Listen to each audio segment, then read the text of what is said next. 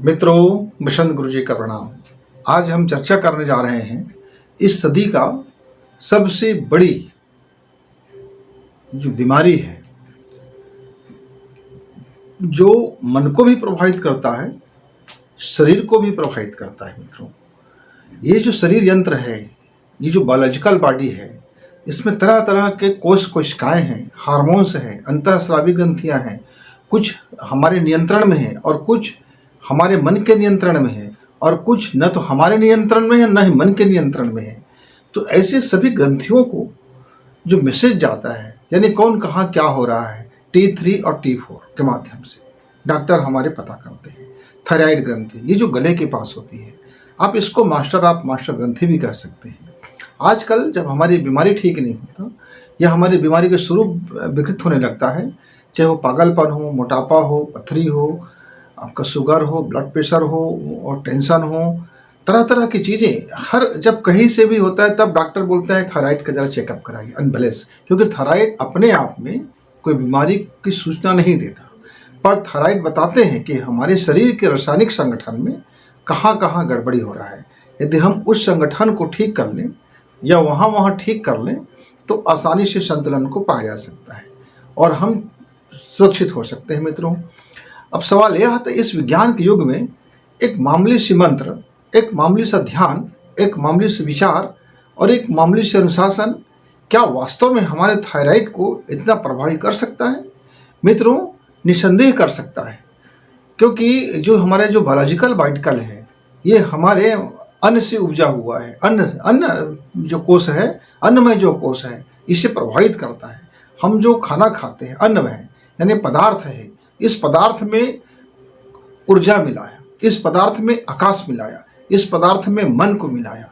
मतलब ये जो 5 घटक है, 5 तत्व है, जिसमें से आप आसानी से अग्नि को पहचानते हैं, जल को पहचानते हैं, पृथ्वी को पहचानते हैं, और मित्रों आकाश को भी आप समझ लेते हैं। बहुत दूर तक कोई चीज़ नीला नीला दिखाई दे रहा है, अंतरिक्ष जिसका कोई और न छोर, यानी ऐसा जगह जिसकी हम ना शुरू के पता लगा सकते हैं अंत का, तो एक आकाश। पर इस आकाशीय शक्ति को ऐसा समझना आसान नहीं है। उसी तरह अग्नि यानी ऊर्जा का संचय है अग्नि, और ऊर्जा को यदि ठंडा कर दिया जाए तो उसका जो जल स्वरूप में जब आता है, और उस जल और अग्नि को और वायु को और आकाश को यदि चारों को तत्वों को एक जगह यदि स्थिर करने की कोशिश की जाए, तब वह पृथ्वी तत्व बन जाता है। और ये पृथ्वी तत्व यानी हमारे अन्न से प्रधानता है, अन्न से मन बनता है, ऐसा कहते क्या है, सच है। अन्न से मन और अन्न से शरीर, तो अन्न से शरीर, अन्न से मन, क्योंकि अन्न 5 तत्वों का घोतक होता है, 5 तत्व समाहित होता है। यदि मेरा 5 तत्व बैलेंस हो गया, इस 5 तत्व को बैलेंस करेगा कौन? इसको बैलेंस करेंगे हमारी सांसों का ध्यान, इसको बैलेंस करेगा हमारी मन का स्थिर होना, इसको बैलेंस करेंगे हमारे विचार तरंगे, इसको बैलेंस करेंगे हमारे एनर्जी का पावर। क्योंकि ये जो सूक्ष्म जगत से प्रभावित होता है हमारी थायराइड। मित्रों, तो हमने अपने मित्रों से कहा कि जिसकी जो जो अनुभूतियां हैं या जो जहाँ से आपने अध्ययन किया है, आप हमको इस मामले में हमारी सहायता करें। इसलिए कि अलग अलग व्यक्तियों का अलग अलग तरह से इस पर अपना रिसर्च होते हैं। हर व्यक्ति अपने तरह से रिसर्च करते हैं।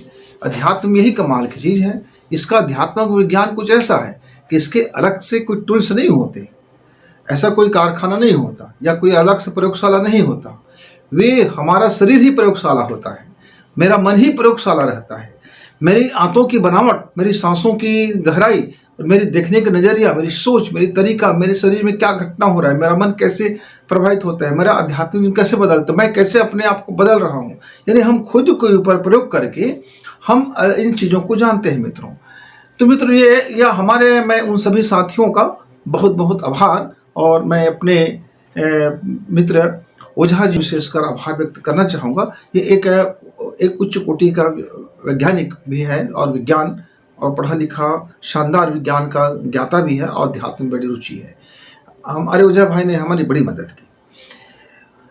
मैं अपने ईश्वरीय गायत्री मंत्र से थायराइड का क्या संबंध है और इस ईश्वरीय गायत्री मंत्र से हमारे मूलाधार चक्र का क्या संबंध है, इस सूर्य गायत्री मंत्र से हमारे मणिपुर क्षेत्र कैसे प्रभावित होता है, ये सूर्य गायत्री मंत्र हमारे कंठ को कैसे प्रभावित करते हैं, हमारे अंदर में कैसे प्रतिभा को प्रभावित करते हैं, हमें ये कैसे संठ से संत की ओर ले चलते हैं।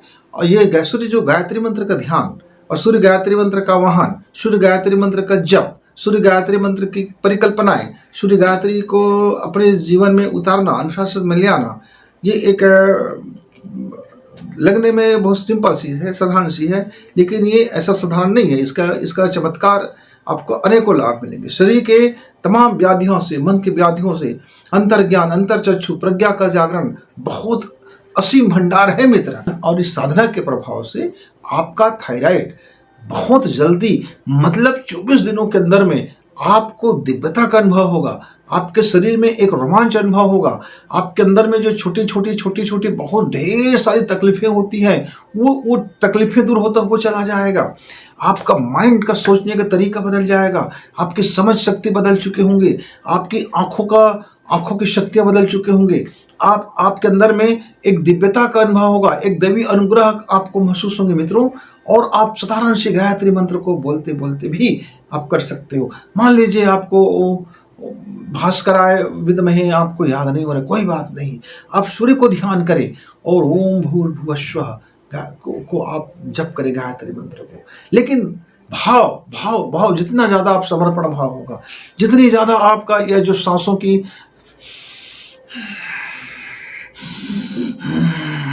ऐसे नहीं लेना है, आराम से आपको सांस लेना है, अनुभव करना है। आप देखेंगे रोज का रोज आपकी सांसों की जो गति होगा उसके हिसाब से मति बदलेगा। जैसे किसी दिन सांस आपको इसको स्पर्श करता हुआ जाएगा तो उस दिन आपकी मति अलग रहेगा। जिस दिन आपका सांस बीचों बीच चला जाएगा उस दिन आपका मति अलग रहेगा। जिस दिन आपको ऐसा लगेगा कि सांस बिल्कुल यहीं से मैं ले रहा हूं क्या, तो उस दिन आपका मति अलग होगा। मतलब आप देखेंगे कि 5 दिन तक पांचों तत्व अलग अलग दिन अलग अलग आपको अपने अपने सांसों के माध्यम से प्रभावशाली होगा। और कई बार तो मित्रों को 45 मिनट में उसी दिन 5 प्रकार के तत्व की प्रधानता और समझ में आता है। और वो धीरे धीरे आपको अभ्यास करते जाओ होता वो चला जाता है मित्रों।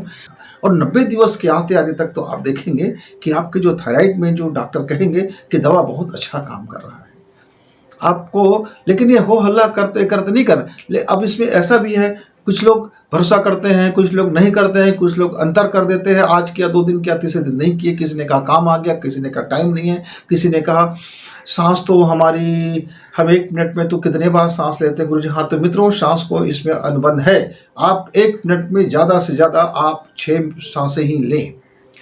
6 से सांस से जब तक आपका आएगा तभी यह आपके थायराइड को क्योर होने में वक्त नहीं लगेगा। लेकिन 6 से ऊपर आपके सांसों की गणना होती रहेगी तो फिर आपको वक्त लगेगा। अब सीधी सी बात है, हम जब एक बार लेते हैं, अंतः कुंभक करते हैं, छोड़ते हैं और फिर बाह्य कुंभक करते हैं, इतने मिलाकर के वो एक बनता है। अब ये स्वाभाविक रूप से आपके 24 घंटे में वह 6 सांसें हो। पहले तो आप 45 मिनट अभ्यास करोगे तो दैनिक जीवन में आप कुछ धीरे सांसें आपकी इसी अनुसार से चलना शुरू हो जाएगा। यदि आप ईमानदारी पूर्वक अभ्यास करोगे तो अब देखना महीने भर में आपका अब सांसों लेने की जो गति है, तरीका है, बहुत बदलाव आ चुका होगा। फिर अभी आप ज़्यादा अब क्रोधी नहीं रहेंगे, आपका टेंशन कम होने लगेगा, आप कामों को अच्छे तरीके से करना शुरू करेंगे, आपके अंदर में प्रफुल्लता आएगा, आपके अंदर में हंसी आएगा, आपके अंदर में खुशी आएगी, आपके अंदर में आनंद बरसेगा, क्योंकि आप समृद्धिशाली कर बनेंगे। अब जो भी काम करेंगे 100% करेंगे, यानी मन लगा के करेंगे और अपना ज्ञान विज्ञान प्रतिभा लगा के भी करेंगे। यानी जो भी काम करेंगे बहुत गुणवत्तापूर्ण करेंगे, क्वालिटी रहेगा उसमें। जब काम में क्वालिटी रहेगा, काम में आनंद रहेगा, आप जो भी बैठोगे तो बैठने को वो भी होशपूर्वक बैठोगे, खाना भी खाओगे तो होशपूर्वक खाओगे, कोई भी काम करोगे होशपूर्वक जब करोगे। होश और जोश जब बराबर मात्रा में मिल जाएगा तो फिर आपके जीवन में भी तरक्की होगा, काम में भी मजा आएगा और जीवन नया होता हुआ चला जाएगा मित्रों। तो बहुत साधारण से लगने वाली चीज़ें, ये जो हमारे जो आज के विज्ञान की भाषा है, हार्मोन्स की भाषा है, हमने पिछले वीडियो में बताया था कि किस तरह से वो चारों हार्मोन्स जो है हमारे पंचकोशीय साधना में बैलेंस हो जाता है, ठीक हो जाता है। तो उसको आप पहले कर लीजिए, पंचकोशीय साधना आप पहले कर लीजिए, 1 माह 2 माह 3 माह कर लीजिए।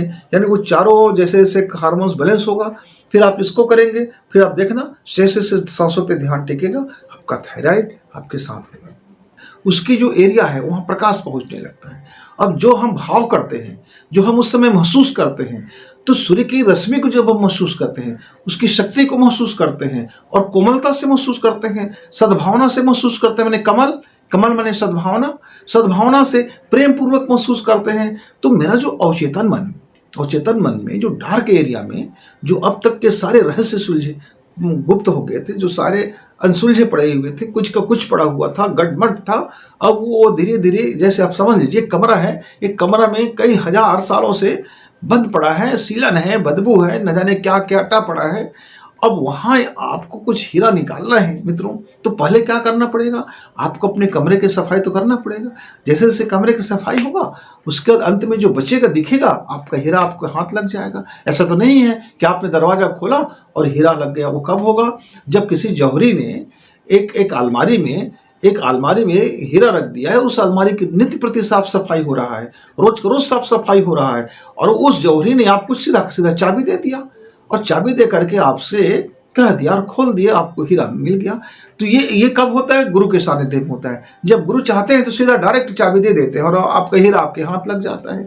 लेकिन गुरु चाहते हैं कि आप उस मार्ग का चयन करो जहां से साफ सफाई करते करते जब जाओगे हीरा तक के, तब वो हीरे की कीमत आपको मिलेगा। हीरा तो है उस कमरे में, पर उस कमरे की जरा साफ सफाई भी कर लेना। आपके रस, आपके जब अन्नमय कोश और मनोमय कोश और विज्ञानमय कोश जब शुद्धता की ओर जब पहुंचेंगे, तो धीरे धीरे जो आपके अंतःस्रावी ग्रंथियां हैं, स्वयं में अपने आप को वो उपचारक शक्तियों से वो अपने आप को ठीक करता हुआ चला जाएगा।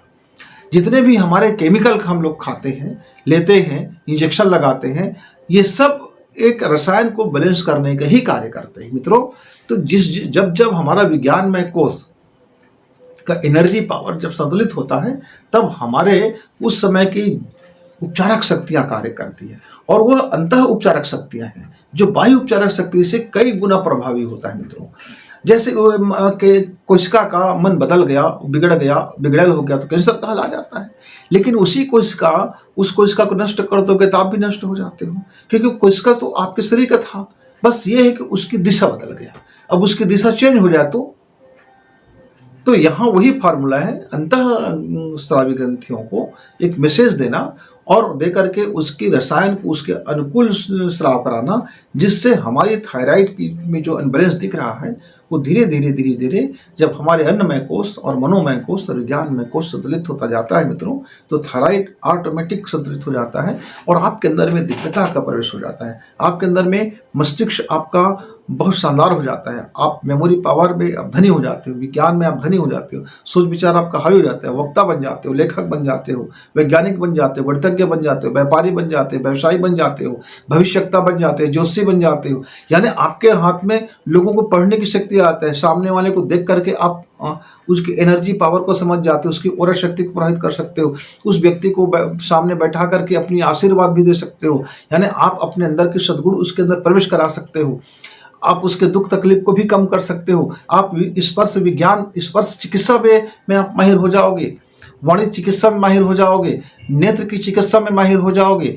यानी आप ईश्वर का नाम लोगे, गुरु जी के नाम लोगे और गुरु जी आपको रास्ता वो दिखाता हुआ चला जाता है। इसका एक ही सूत्र है कि गुरु को आप ध्यान करें और फिर आप इस साधना में लग जाए मित्र। फिर गुरु आपको जो निर्देश करेगा उसका पालन करना, अनुशासन में रहना। फिर देखना ये जो गायत्री मंत्र का जो सूर्य स्वरूप है किस तरह से आपके जीवन में इस भौतिक शरीर को भी बलिष्ठ करेगा, ओजस्वता से भरेगा, मानसिक शरीर को भी आपको गति देगा और पूरी तरह से शक्तिशाली बना देगा, और आपके अंदर की कारण शरीर को यानी आध्यात्मिक शरीर को भी इतना निर्मल बना देगा कि आपके जीवन में कहोगे ये अद्भुत गुरु का प्रसाद मिल गया। और गुरु जी आपके ऊपर कृपा करें, माँ गायत्री आपके ऊपर कृपा करें और देवी अनुदान आपको मिले, इसके लिए आप पात्र बनिए। आपकी पात्रता पहली शर्त है मित्रों, पात्र को ही मिलता है, अपात्र को मेरा गुरु जी नहीं देता।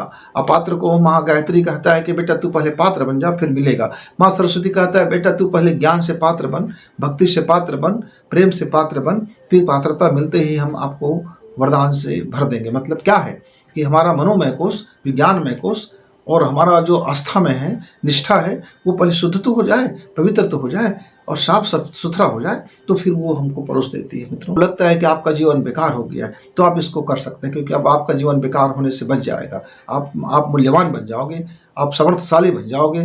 तो मूल्यवान बन जाने के लिए यह गायत्री का सूर्य स्वरूप आप ध्यान करके देखना मित्रों, आपको बड़ा लाभ होगा। तो तब तक जब आप इसका लाभ को अनुशासन में बांधें, अपने सांसों पर ध्यान टिकाएं, सूर्य की गायत्री को, महिमा को समझें, तब तक गुरु जी को विदा।